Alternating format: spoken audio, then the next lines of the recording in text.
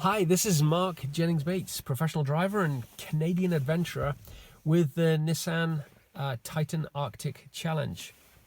And we just got back from this incredible 9,000 kilometer journey. And so I wanted to share with you a few things that I learned about this truck, kind of give you a review, not technical, but I'll tell you what it was like as a professional driver to drive this truck 9,000 kilometers. First of all, just to give you some context, we were able to take the truck with Nissan support, take the truck as far north as you can drive to a community, at least in Canada, which is Tuktoyaktuk. So the great thing for me as an adventurer was that we could drive 170 kilometers on frozen Arctic Ocean, the Beaufort Sea, in actual fact, from Inuvik to Tuktoyaktuk. And the great thing is we were one of the last groups that ever is going to do that. The ice roads won't be open again in future years because there's now a road that will be completed this summer to Tuktoyaktuk. So this otherwise remote community is now a little bit more accessible, which is great news for the Tuk residents. Fantastic drive. If you are a Nissan Titan owner, or frankly any truck owner, you need to book a trip to do the Dempster Highway. It is the most glorious scenery I have ever seen in my life, and I've done a lot of mountain climbing and paragliding and been out in the bush a lot, but you need to go see what is called Tombstone Park, I think, the Richardson Range. Beautiful mountains. Anyway, that really was the focus, was to get this big rugged truck up into some rugged terrain and see how it did.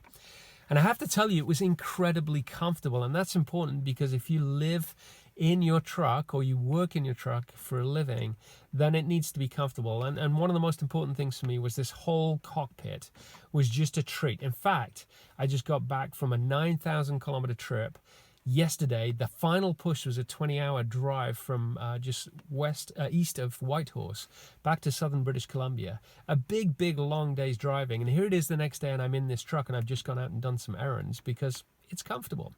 Why? Well, here's a couple of things. First of all, these zero gravity seats that Nissan puts in these trucks.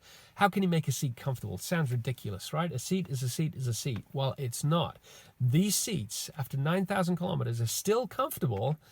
And this is over 2.5 weeks. I can still get in it, still drive, and still not feel like I'm tired, which is great.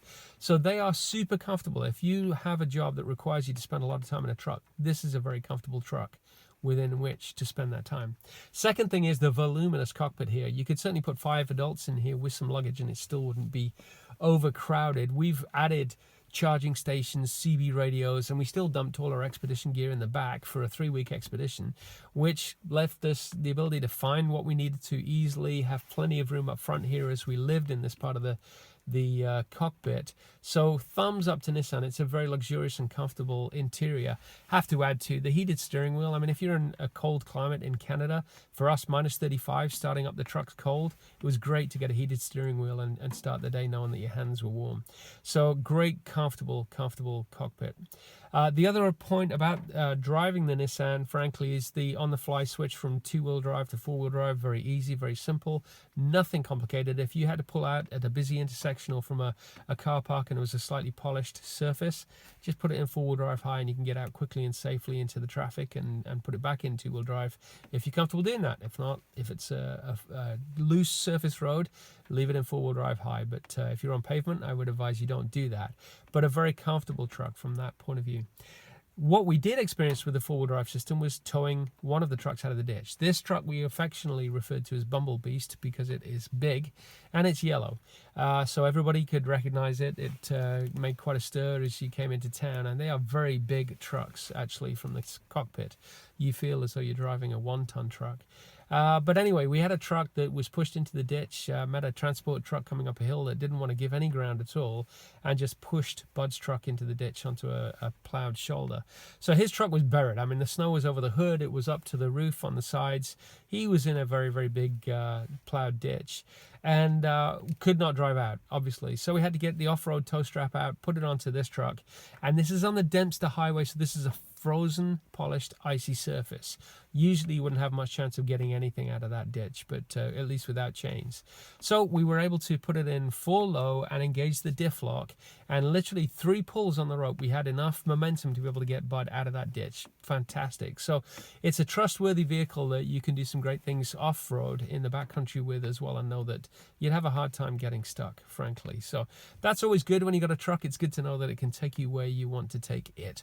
The only other thing that I would add from my personal point of view was the cargo bay lighting was fantastic. Again, we're parking in the dark, we're setting up camp in some frozen area. The quicker, the simpler you can do that, the less tired you are. And we always found that the cargo bay area was well illuminated so that we could find what we needed, but it also illuminated the camping area so that we could actually set up very quickly, very efficiently. So kudos, that's a super efficient lighting system that gets everything done that you'd expect to get done.